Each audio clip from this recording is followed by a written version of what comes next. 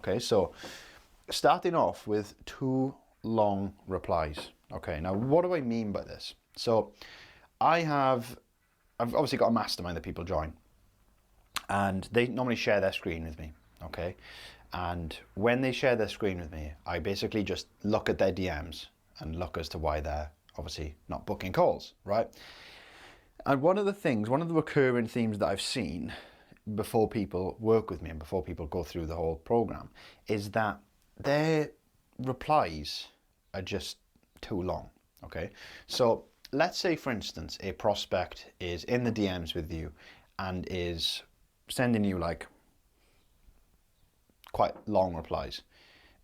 Most people think that they have to like match the effort of that reply. So they have to give a reply in equal to or greater length, right? You don't. When I was setting for coaches, one thing I would do is I would keep my replies super short.